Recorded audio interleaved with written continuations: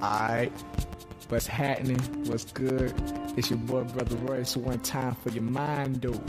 And we are sitting here with two very esteemed guests. I'm honored to be sitting here with these two people right here. My brother, my sister, would you like to introduce yourself? Ladies first. What's going on, y'all? It's your girl Alexis, affectionately known as Miss Sasha Lee. And how you doing? It's Jovan Went, affectionately known as Jovan Went.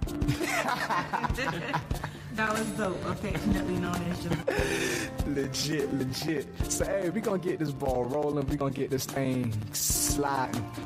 So, the conversation that we was having before we got on the air, and I think this is a very powerful, and I think this is a very potent conversation, and I think it's one that we all need to hear, weigh in on. We're going to take calls in at a later time. So, Brother Jovan, would you like to get the ball rolling on where the conversation started? Yeah, we were just speaking about basically, you know, belief systems and how do we really unify, you know, all melanated people. And there's just so much different bubbles that are created because, you know, we have Black Lives Matter, we have Dream Defenders, we have, I don't know, we just have so much different organizations, but how do we create that one umbrella that everybody could come under? And even with religion, we have Nation of Islam, we have Christianity, we have Catholicism, we even have Black Jews. So how do we bring all of our people together to really work together? As I previously stated before we went on air, I really believe that we should find a common ground with each other first.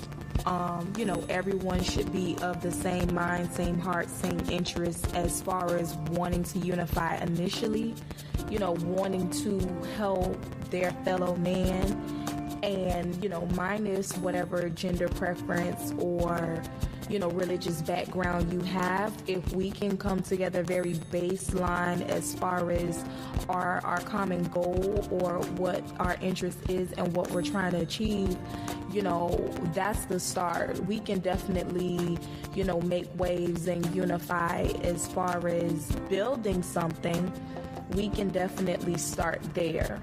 So I would say, you know, for us to have a goal in mind and move from there. And that's how we can move forward. Legit. Yeah, man, I think that's a very important thing.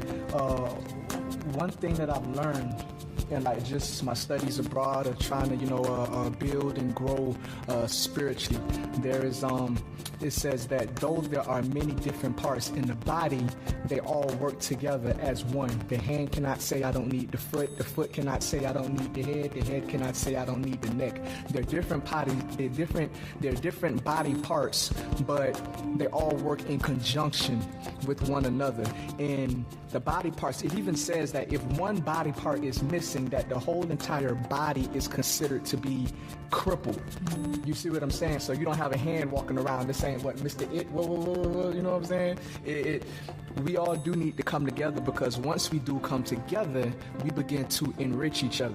Now the question we've been hit with a lot is, okay, you're always talking about come together, but come together around what? What are we coming together around? Because people are coming together, but if they're not coming together around something that unifies them all, then that coming together is not gonna last. It's only gonna be temporal.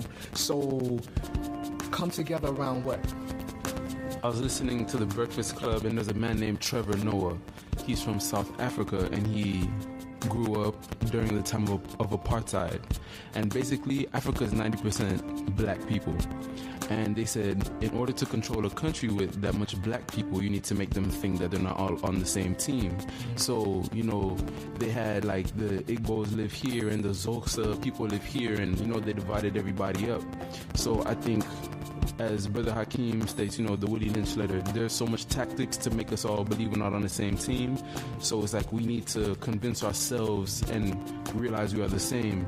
And also there's another guy named Dr. Wesley Muhammad, and he was saying Black Lives Matter needs to not be focused towards like white people and other people, but it needs to be focused towards black people.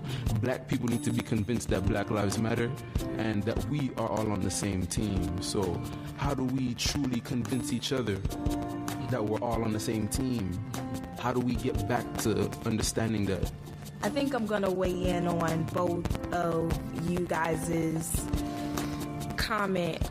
And to answer you, Brother Hakeem, what exactly is the goal and what are we coming together around? I would say that would be at the discretion of us as a people.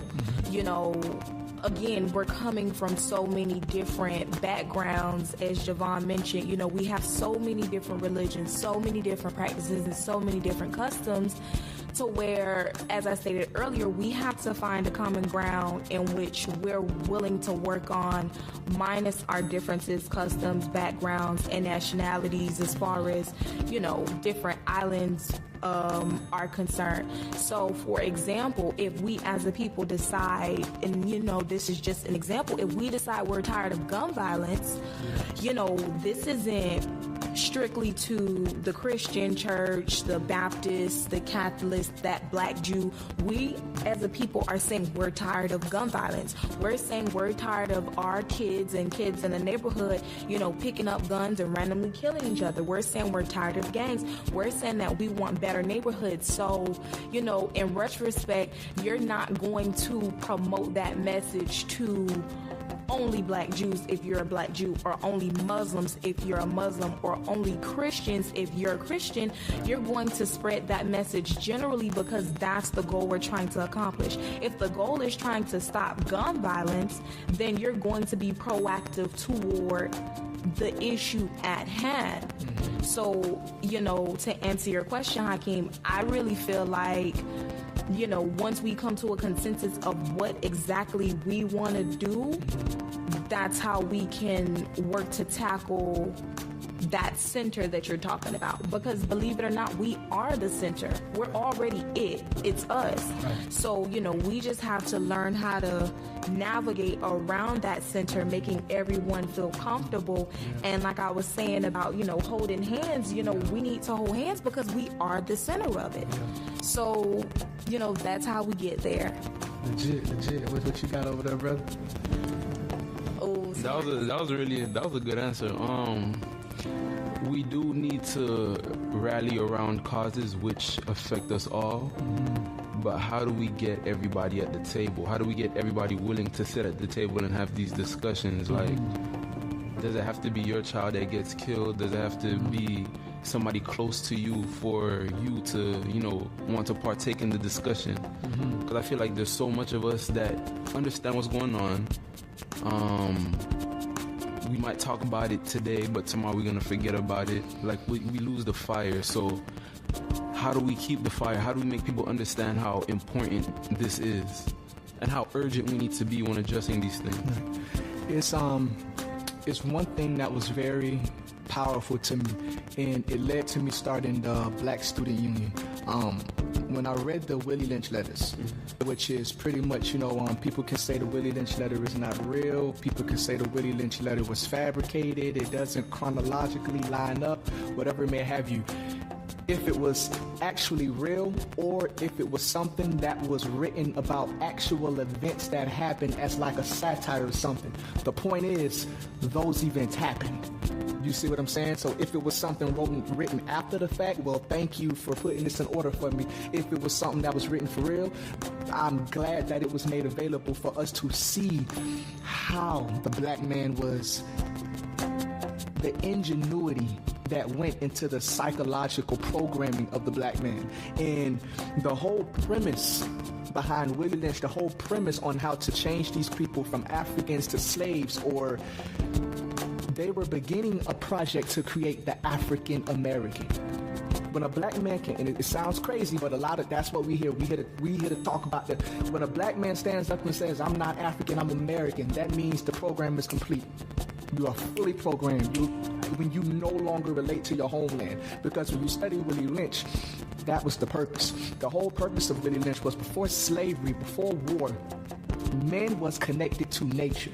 Meaning that the same hands, and remember, Marcus Garvey got a lot into metaphysics. The same hands that created the sun, the same hands that created the moon, the same hands that created the stars, is the same hands that created human beings. So we all have that connection to nature. So the black man learned how to sew clothes from watching the spider. The black man learned how to hunt from watching the lion. We learned from nature. That's how the whole entire world was educated from the discoveries of Egypt, because everything was discovered. They would watch the stars and tell how the moon would wax and wane, and when there would be no moon and when there would be a full moon. So the whole purpose of Willie Lynch was to separate us from our nature. Separate us from our nature, because now once we're separated from our nature, we'll be easier to program. So being separated from your nature is like being separated from the power source, and in place of that nature they put religion. You see what I'm saying? So now I've always looked at, okay, once the black man is plugged back into his God, not into a religion, but plugged back into the creator, our creator. Once we are plugged back into that power source, now we will have the power source to have longevity, to see clearly, to be able to focus, to be able to concentrate. I was watching the Malcolm X documentary that they did with Denzel Washington, and I like the way the man said to Malcolm X. He said, "We want to get you off of this country's drugs."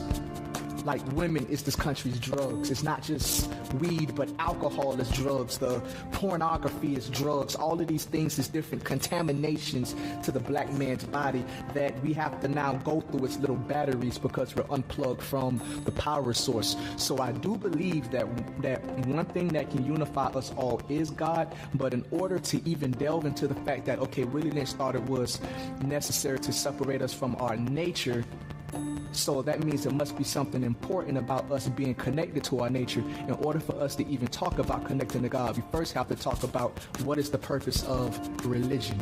Would you like to weigh in on that? I would like to actually touch on Javon's question about unifying, and then I can transition into religion. But as far as unifying us, it is at our discretion as a people. Everything is a choice. If we choose to love each other, it's because it's a personal choice, because at the end of the day, that's what love is. Love is a choice. Right. So we have to choose to love each other, and guess what? When you make that choice, everything else falls into line. When you learn how to love somebody, you're not saying, hey, I'm interested in you, you're interested in me, give me your manual, what should I do? You just do it. It just flows. You learn how to hug them, you learn how to kiss them, you learn how to please them. You go with what feels good. And like you said, it's nature. So very innately we will develop that, so long as we decide that we want to love each other, that we want to bring that back, that we want the village to raise our kids instead of me having my kids in the house and you mind your business. We have to start taking ownership of each other as brother and sister. And guess what? Once we start taking that ownership, saying you are, my sister's keeper, I am, my brother's keeper. Once we take on that mentality, then we will naturally have that love for each other. We will naturally want to care. We will naturally want to invest. We will naturally unify. There isn't what I would say a programming or a mapping. It starts with us internally. So even for the three of us that are here now, this is something that started with us. It wasn't something that we had to be coaxed into. It wasn't a program we read. It wasn't a book we read that made us want to come here. It was the desire for us. It was the love of our people that made us want to do this. So even if it starts with 3 people, that's fine. And we have to be okay with that, because we understand that some people don't necessarily have that understanding of getting back to nature, and we shouldn't allow them to be afraid of that because they're not as, what's the term that the kids use, woke. Right. We can't allow the lack of knowledge to intimidate people, because you have people that want to know, and the fact that you have so many scholars and people that can intimidate you and make you feel like you're not qualified to know these things, then it can also hinder you, and it can keep people in a state of ignorance. Right. Because they already know, and people really take comfort in that. Ignorance truly is bliss. So in terms of us unifying, I feel like that desire, will come very second nature to us, because, we are very loving people. Right. Now, as far as your question about religion and, its place, I personally believe it was a method of control. Yeah, no doubt. It is a control mechanism, and for some people it's good, for some people it's bad. People go with what they feel. Right. And I feel like once you go with what you feel, once you start labeling it religion, yes. that's when people start to separate. Right. That's why in the beginning I said if we could get rid of that religious divider, that political divider, that sexual preference divider, that really is every, citizen's personal business. Right. We can bridge that gap. Right. Agreed. We definitely seeing that is, like Brother Javon said, the African brother, that it is a major strategy that they have to keep us divided. And anytime that anytime we find our home, anything that begins to now attack another group or another audience with people that look just like you, we know that, okay, that's a system of control, that's a system of manipulation, that's a system to keep us subjugated.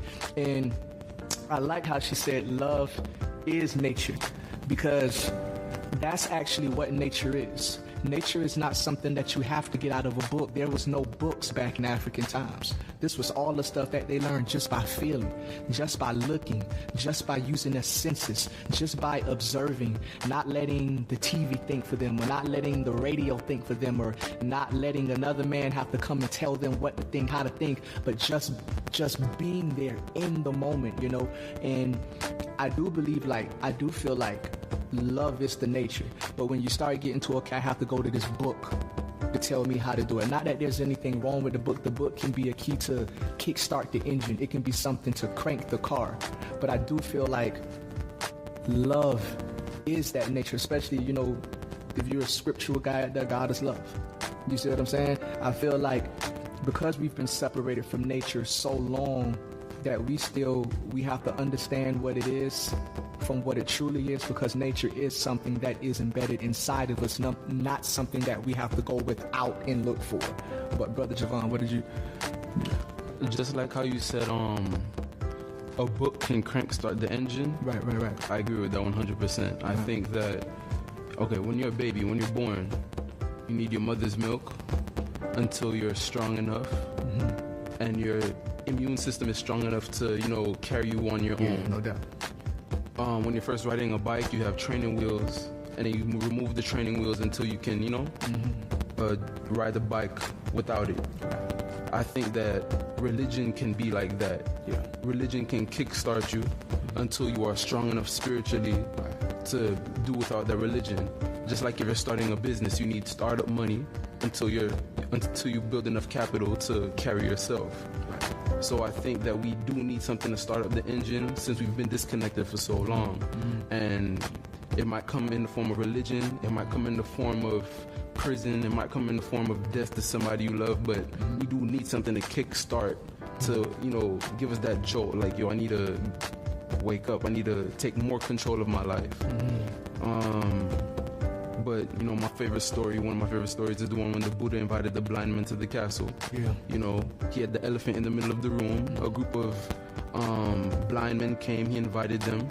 They all felt on different parts of the elephant. Some felt on the trunk, thought it was a hole. Some felt on the tusk, thought it was a spear, some felt on the tail, thought it was a broom, some felt on the foot, thought it was a column of a building. They all started fighting. And I feel like that's what we're doing. We're fighting over different parts of the same whole. Yeah. So, you know, maybe instead of already having preconceived notions about these different people with different cultures, maybe we can say, okay, I'm Muslim, this is what we believe. I'm Christian, this is what we believe. What do you believe? Let's share. So maybe we should just change our attitudes towards other people, towards other melanated people. Because sometimes we go in with a negative mindset. Right. And, you know, like Marcus Garvey said, if you go in with a defeated mindset, you've already lost twice. Yeah. If you go in with confidence or a positive mindset, you won before you already began. So maybe we need to have a positive mindset before we approach other people. Like, I'm from North Miami Beach. I speak to Alexis all the time, and I say, in North Miami Beach, if you're walking down the street and you smiling, somebody looking at you like, yo, what's wrong with this nigga? Like, but maybe if we change our mindset, like, yo, it's a good day, how you doing, you know? Yeah. So it's the mindset. We need to break down the barriers. We need to change the way we think. So, I don't know, we gotta stop wearing the mask. Yeah. I think that's When you say mask, I feel like that means we are wearing something that we feel like we have to be and not exactly what we are. Is that what you're... That's exactly what I mean. Because I feel like so much people have pain, but they have to hide that behind being hard or being angry. And like, even sometimes when I hear people say chronic bitch face and shit like that, like, I don't know, like some people just naturally have a face that repels other people, or like, have you been through things in your life that just made your face like that naturally? Or I don't, what is, like when somebody has chronic bitch face, are they happy at the end of the day? Like, I don't understand. Like, what's really going on? It's called resting bitch face. My bad. I thought it was chronic bitch. It's called resting bitch face. But what is that is something social media came up with. It just basically means that that individual doesn't look approachable. So, you know, with that, you know, with the person having a certain demeanor or a very unpleasant or hard demeanor, you know, very naturally when you call someone an unpleasant name, you call them a bitch. So that's what the face is a direct reference to. It's not that that person exactly is that, needless to say. It's just that that's what you're judging them off of when you first see them. But then look, all three of us sitting right here, we black, right? Right. We get judged. No doubt. So what if somebody look at us and they think we criminals? Or so how can we just judge somebody like that because they look approachable? Oh, you have a resting bitch face. Like, that again is one of the defeats of social media. You know, we have to stop internalizing the stereotypes and the memes and, you know, different things like that we see, especially about each other.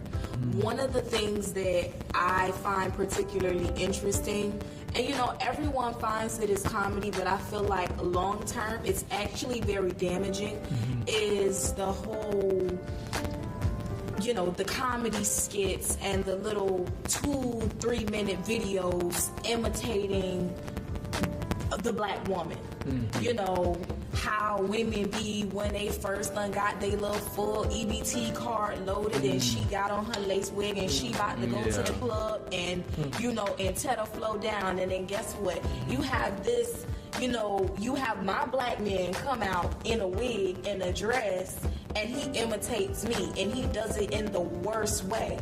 Because 9 times out of 10, my weave don't even itch that bad. And they make it extra. 9 times out of 10, I don't even pop gum like that. 9 times out of 10, that's not even how I twerk in a club. Maybe a little bit, but you get what I'm saying.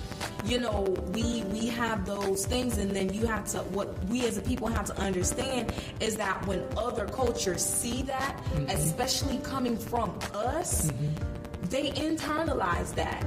And at that point, we have no one to blame but ourselves for that image.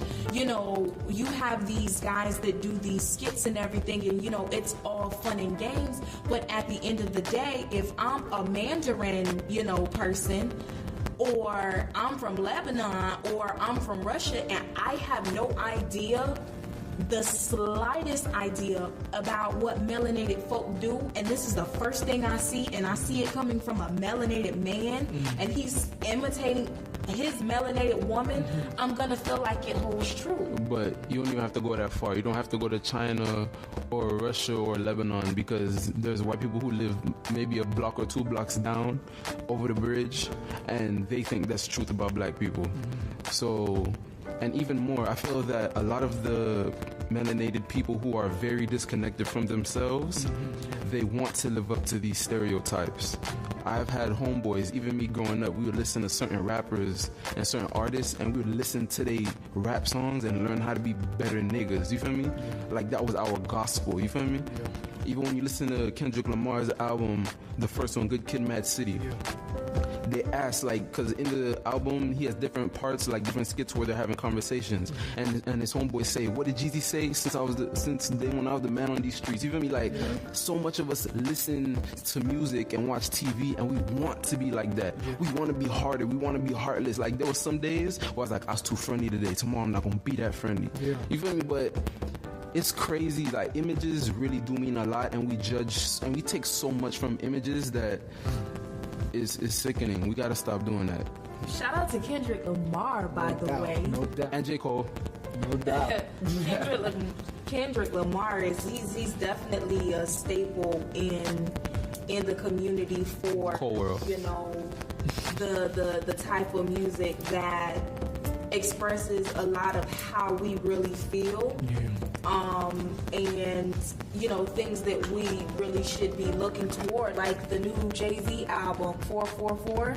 Never heard it. You know, he made a lot of good points about, you know, us as a people, like building and rebuilding. And one of the lines that I just thought was so epic, he said, what I look like drinking Belvedere when Diddy's got Ciroc, or something to that effect. He called out a vodka, and you know, that wasn't manufactured by a black person, and he said, well, why would I drink that when Diddy's got Ciroc?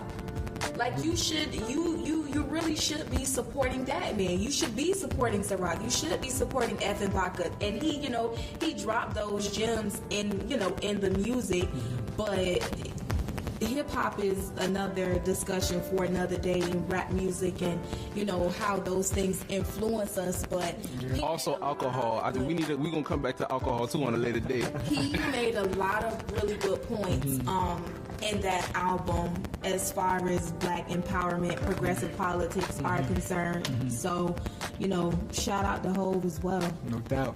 And I think a lot of it, I love what Kendrick Lamar is doing. What I hear a lot in Kendrick Lamar's music is, I hear like identity.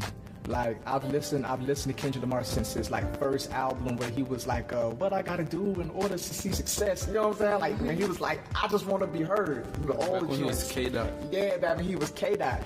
And I feel like Kendrick Lamar has went through this process where he's beginning to find his identity. And I feel like that is the main thing missing from the black community, melanated people, is identity. When you don't know who you are, it leaves you insecure. Now when you're insecure, it makes you now lash out and attack other people. You know, you begin to subconsciously see everything as a threat to who you are, because you don't know who you are. Now you begin to judge yourself as compared to other people around you. Now it becomes easier for you to assimilate the different cultures around you because you don't know who you are. I was watching a commercial for the show Power. Power is the big thing everybody watching. And I don't know how the season started, but now this season he's in jail.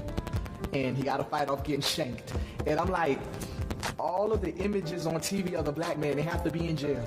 Or they have to be coming up from a corner selling dope. Or they have to, yes, that is a part of the black community, but when we're saying, okay, how come our youth look to this as what to be, I've never really seen the black man projected in any other light. Every time we project it, we end up in jail, or we end up having a battle for shank, or the black woman is popping her gum, she's snapping her fingers, she's rolling her neck, she's in the club. That's one thing that we do, you know. And I feel like because black people don't have our own culture, Marcus Garvey said something that was crazy. He said, why are we the only people that don't have a flag? It's crazy. You have the Jamaican flag, you have the Caribbean flag, but do black people have a flag? Like, what represents us? Is, you know, Jamaican, you have the different colonials that come to Jamaica, the different colonials in Haiti, the different colonials in Africa, Bahamas, different you know what I'm saying, in the Bahamas. But we don't have a culture of our own, and because we don't have a culture for our own, I feel like we're constantly taking pieces from other cultures, you know, as far as, oh, this how I want my hair, or this how I want to look, or you have in Haiti right now, you have a lot of people bleaching their skin. In Jamaica too. That's in the Caribbean. In the Caribbean as well. Yes, that's just in that Caribbean sector. Everywhere. That's crazy. I see it. Even when you go to Africa, you know, I was talking to Dr. A.K. Tusu, which is the one who makes the clothes, and he was like, when you go to Africans, the Africans over there look just like Americans. They're wearing suits and ties, and they're opening insurance companies, and they're doing music videos with money and diamonds and jewels. And Dr. A.K. who's from Ghana's like, that's not even our culture. Like, you're just emulating what you're seeing them doing in America. So is there any steps that we can take to rebuild the culture of our people? Or what do you? So allow me to, you know, snap my fingers and pop my neck and roll my eyes and interject. Yeah, that's one thing that we do. It doesn't define us as a people. You know? Let me do all of that and interject. We would have to stop allowing ourselves to take those roles. I mean, this goes back to blackface.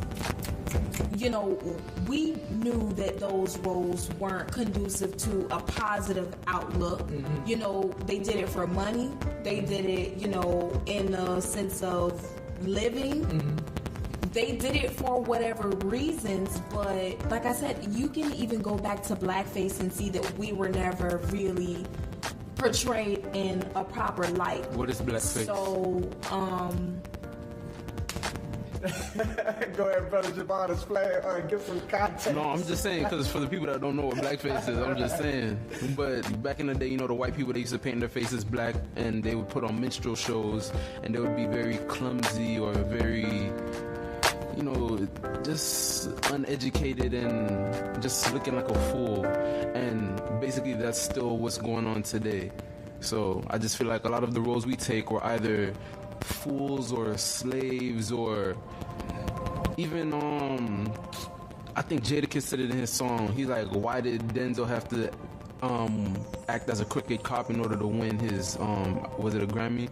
But you know, why do we have to take these roles and reinforce the garbage in order to be acclaimed? Or for the sake of livelihood, I would say that was one of Taraji P. Henson's points that she made when she got her first Oscar, I believe.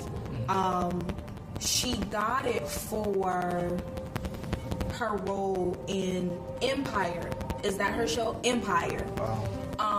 You know, and in her speech, she made a point to say, of all the roles I've played, positive roles, this is what I get awarded for.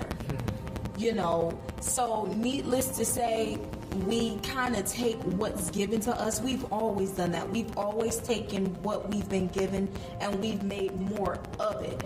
Now, needless to say, as far as, you know, media is concerned, we do play a big part in the outlet that other cultures see of us. Unbeknownst to us, we don't feel like it's that damaging, especially, you know, when the check is, you know, pretty hefty. We don't see that. However, we play a big part in that. And we don't understand how detrimental that is to culture because it's a constant reinforcement. Just like what Javon just said about the crooked cop, you know, Denzel probably would never be a crooked cop in this day or the next.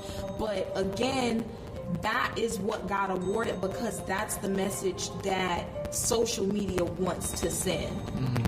So, very naturally, it constantly gets perpetuated in different things, in commercials and, different things that we see, because we don't mean to do that, but we can.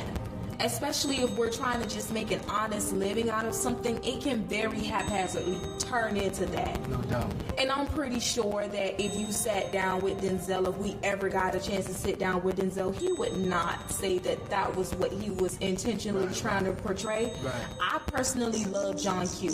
Yeah. John Q was one of my favorites because John Q really showcased the love of a man for his child and those extremes that he's willing to go by any means necessary. And he also played Malcolm X, so you feel me? Yeah, my full circle. Legit. That was but legit. It was, John Q is one of his, I would feel like one of his most notable pieces of work, since we're in the social media and media outlet right now. But we would definitely have to start taking those chances and changing those outlooks. I had a chance to work on a film actually back in May, produced by Aaron Johnson. The movie is scheduled to come out to the Sundance Film Festival in August, and we have to take our time, energy, and finances to put out the messages that we want to put out. Moonlight was beautiful.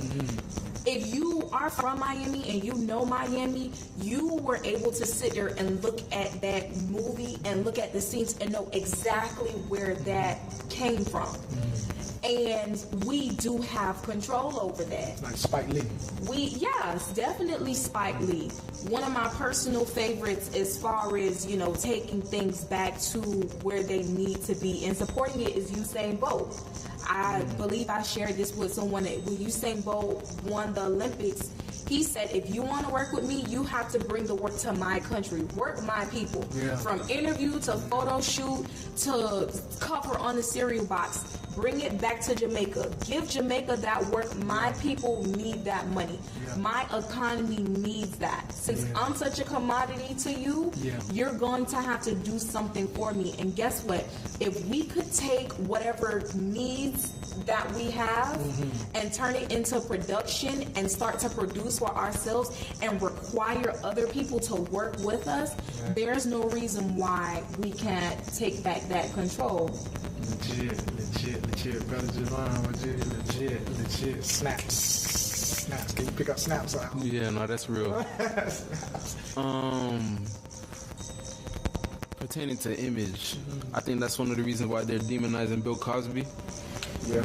Because when I was listening to Wesley Muhammad, he just said everything that I was already thinking. He was saying how basically the Cosby Show, it was a very pivotal show, and black enrollment in college and all of that went up during the time period of the show. Different world. Yes, and spin off a different world. Bill Cosby was such a positive, pivotal image, and he also wanted to buy CBS, the TV station, the network. And whenever we reach certain heights, they try to stop us. So I just think that we need to put, certain things in place for when we do reach these heights again, that if something was to happen to a leader or leaders, we can still keep the ball rolling and we don't just stop.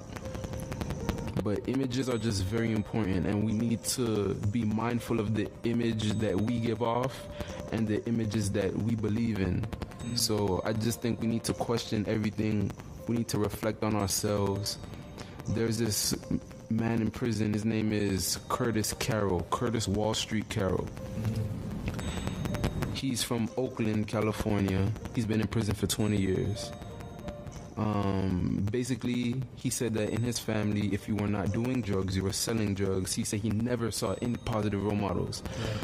I understand we do need to take ownership, but we need to understand why we are in the situation we're in. He never had any role models. He's from the hood, surrounded by drugs. Mom was a crack addict. Grandmother was a crack addict. And he ended up murdering somebody. And he said one day when he was sitting in prison, he was watching the television and a young man was killed. And he sat there and he said to himself, I wonder how his parents feel. He said he never felt that feeling before in his life. But he had to go to counseling to understand that feeling he had. He never ever thought about something like that. So he ended up growing a conscience. So the thing is, we need to understand when we're exposed to negative experiences or we're put into a traumatic situation and grow up like that, our brain develops differently. So a lot of us are at more of a deficit than others. It's true. So like Alexis said in the beginning, we do need to hold each other's hands. We need to be each other's therapy. We need to be patient with each other. Because, when you just have people enslaved for how many hundreds of years, then you tell them they're free, that's the beginning of the battle. That's not the end. That's the beginning. Just like Haiti. Haiti was the jewel of the Antilles. Haiti was the richest colony. But as soon as they fought for their independence and won, they destroyed everything that reminded them of slavery. Yeah. And that's still spiritual bondage, and that's still mental, so you can't just have people enslaved and tell them that they're free, or you can't just fight for your freedom and think you're done fighting. Right. So I don't know, I feel like a lot of us have become complacent, and we just need to reflect, and we need to be patient with each other. A lot of us are not patient with others. Yeah. As a final thought for me, to piggyback on what you just said, Javon, we are not patient with each other because we're not patient with ourselves. It really is an inside job. So from the way I see the world to the way I see my brother or my sister is truly a reflection of how I see myself.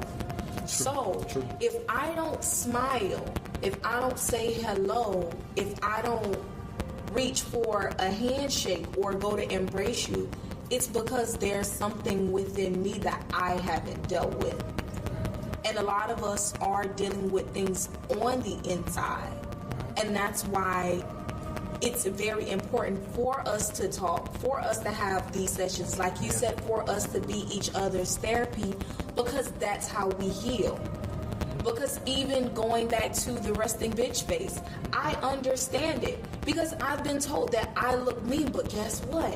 When I hear another, woman say, everybody thinks I'm so mean, she and I connect because it's like, oh my God, why do people think I look so mean? I'm the sweetest person ever. And then guess what? I know, right? What do you know? We're friends. Right. So, we have to, allow ourselves to embrace people. Like you said, we have to learn how to be patient. That is 100%. And guess what? Most importantly, we have to learn how to love.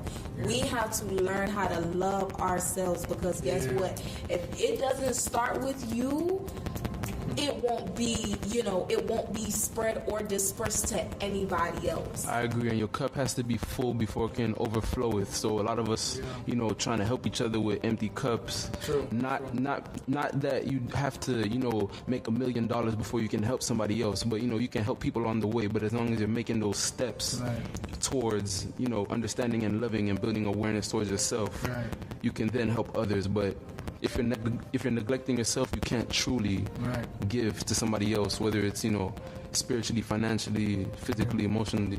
And I do believe one thing I do know, the biggest thing with the black community that we don't like to talk about very often, maybe because it's subconscious mostly, but we do have self-hate. We do have self-hate. And if you look at, the different leaders in the past, Malcolm X, Martin Luther King, Garvey, they've all had different thought processes, for lack of better words, for why we have this self-hate. Malcolm X pretty much proposed that because we want to be accepted so much by other people, we want to be accepted so much by other people that when we don't get that acceptance, we begin to hate ourselves. Well, why don't they like us? Why don't they care for us? Dr. A.K. Tusu,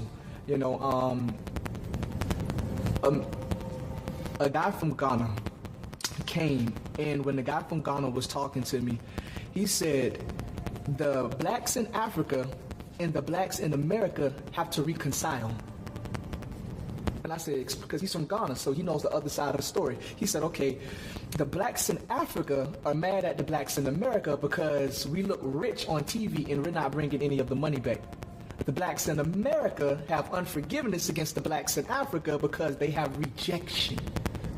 So the self-hate of the black man actually comes from Africa because they feel like we were rejected by blacks. So now the white people brought us over, well, let's just get them to love us. And the more that whites don't love us, the more we begin to hate ourselves. Oh man, if only I just wasn't so black. You know what I'm putting it, if only I wasn't so black, maybe if I looked more like him, maybe if I was more like him, because we still have that unforgiveness. But he said we were taught that we were sold into slavery. But he said, I'm from Ghana. I am from where they took the slaves from. He said, that's not true. He said, these people came and they told these villages that we're going to take your children abroad. And you can see this in the story of Sarah Bartman. The story of Sarah Bartman. We're going to take your children abroad. Your children is going to be able to bring back money and wealth and finances and education and bring all kind of things back to your economy. So the parents is like, yes, this is a blessing from God, So they told their children, we're sending you abroad.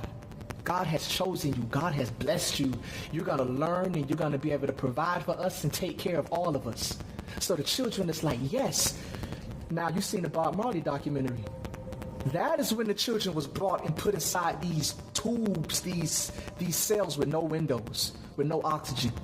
And they were left in there at days and days at a time, dying on top of each other. And then they would come and take the slaves out by tens and put them on ships and put them in cages and ship them to the coast to be shipped out. So now, the children is thinking, why would my parents do this to me? Why would my parents lie to me? Why would my parents sell their own child? And now this animosity has carried over to become the self-hate that the black man has for himself. You see? So now when you actually talk to some professed black leaders or whatever you want to call them, they don't want to go back to Africa. They want to make America a better place.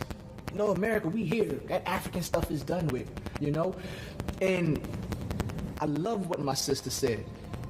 We have to learn how to love ourselves, because as you see yourself is how you will see the people around you. There's no way you can hate yourself and love the people around you.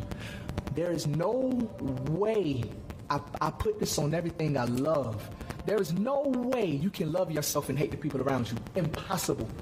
If you claim you love yourself but you hate the people around you, that's pride. It's not real love. Anyone who truly loves themselves will love the people around you. So people attack us and they say, how come it always got to be all black? All lives matter. You always got to make it a black thing. You always got to make it a black thing.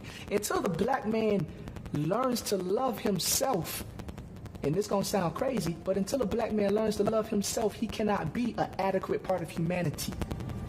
Blacks have went through a certain set of conditions that the rest of humanity has not. Now they go through it in different, you have your cultures and your people that go through different levels of oppression, different levels of bondage, but the experience of the black man on this earth is unique. And until you deal with those unique set of circumstances, you can't now come after the fact and be like, oh, let's just forget about it. Let's just all be humans. No, you have to deal with the conditions that is keeping the black man from being an adequate human being. And that is the black man learning to love himself. So how come the black man hate white people? How come the black man so angry at white people? That's why I can't stand black people. You can't get nowhere with hatred. How you gonna give love when you've never been given love? So that black man gotta love the white man. The black man has to be loved first. Black people gotta stop being so. All we know is division. We have to see unity, like us three here. The most powerful thing is us learning how to love ourselves through building our own culture. I don't know if I'm right or wrong about this. Maybe this can be our last point for the broadcast. But when people say, how come we're projected the same way? When I look, I watch anime, Naruto, whatever, and when I'm watching these different animes, the commercial comes on and you see white Japanese, white Chinese, white Australians. No matter what television program you're watching, you see white people. So imagine my amazement when I watch Hidden Colors and learn that most of the world was black. I'm like, where are these black people? Because all I see on TV from every culture in the whole entire world is white. Until you realize that all of media is controlled by one group of people. They broadcast wide, but it's one group of people. So whenever a black man is trying to get into that media, we're only going to be able to get in a certain context. So I'm hoping that in this generation, Spike Lee's begin to rise up to where the black man begins creating his own media outlet, to where we control how we present ourselves. You guys have any Love yourself. Love each other. Take that time, meditate, reflect on who you are, why you think the way you think, why you feel the way you feel, why you make the decisions you do. Just spend time by yourself and breathe. So we thank all y'all for coming on today. Very, very potent, very, very powerful webcast, episode 1. If you have any questions, we're going to put this number out here. This webcast does have a number. It is 754-800-GLUE. 754-800-GLUE. And that is God, that is love, that is unity, that is enlightenment. We must stick together like glue. 754-800-GLUE. Call in or text, leave your questions, and we will answer all your questions during the next broadcast, or leave your comments below, and we will answer all of your questions during the Q&A of the next broadcast. So we love y'all. Blessings, manifesting, and all of y'all, please give some closing remarks. Release that positive energy to the listeners.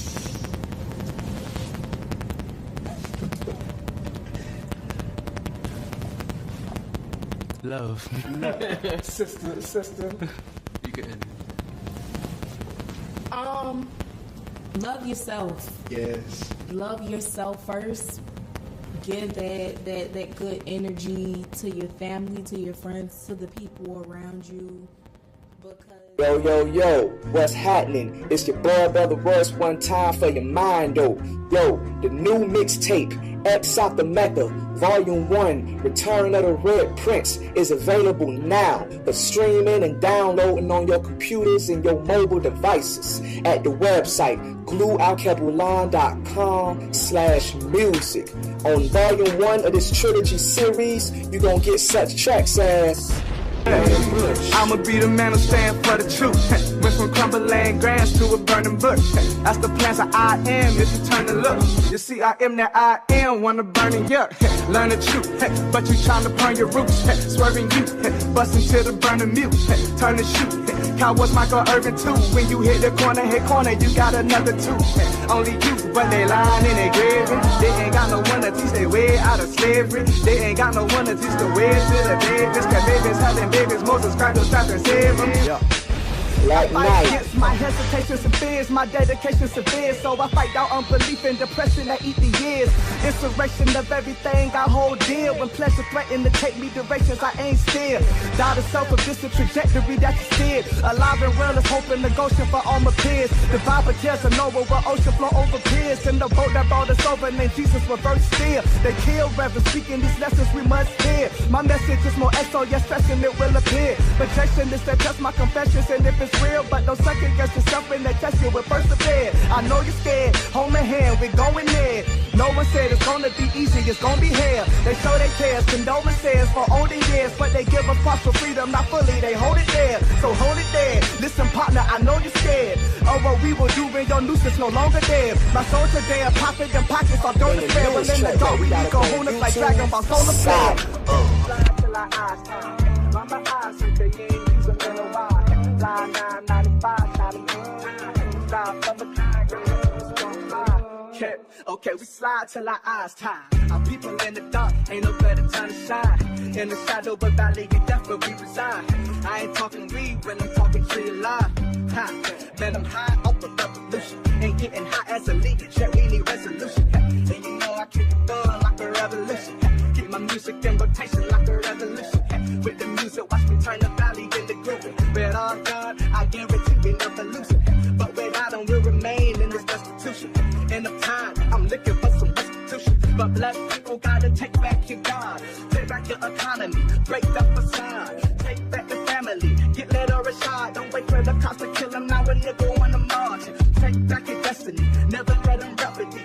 enemy, but they profit off your dependency. Time to be a man, take your woman hand. Pray for God to make you the father you never had. See Satan, he done hijacked your mind, cause he can't create, cause that ain't his design. But when we put our faith in his ways, in his minds, then what we say, we create the place he resides.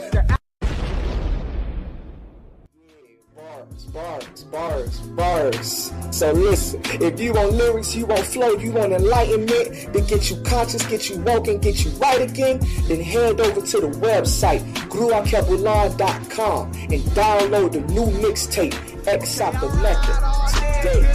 Holla at me. Sweating tears, this my medicine was stressing that unsettling direction that my brethren is heading in. They telling me God is in control, I'm always stressing it. And I know that God is on the throne, but I tell him this. Got children just spilling all around, but you see blessings, bitch. That's why Christ ain't choose to stop us from the church. He resurrect to the place where we were smoking loud outside our residence. Talking about the trips to get legit, how to be better men, but peddling this medicine to make rain on the settlement, make things irrelevant, and we become what we have never been. But I'm telling you, don't give up hope and stay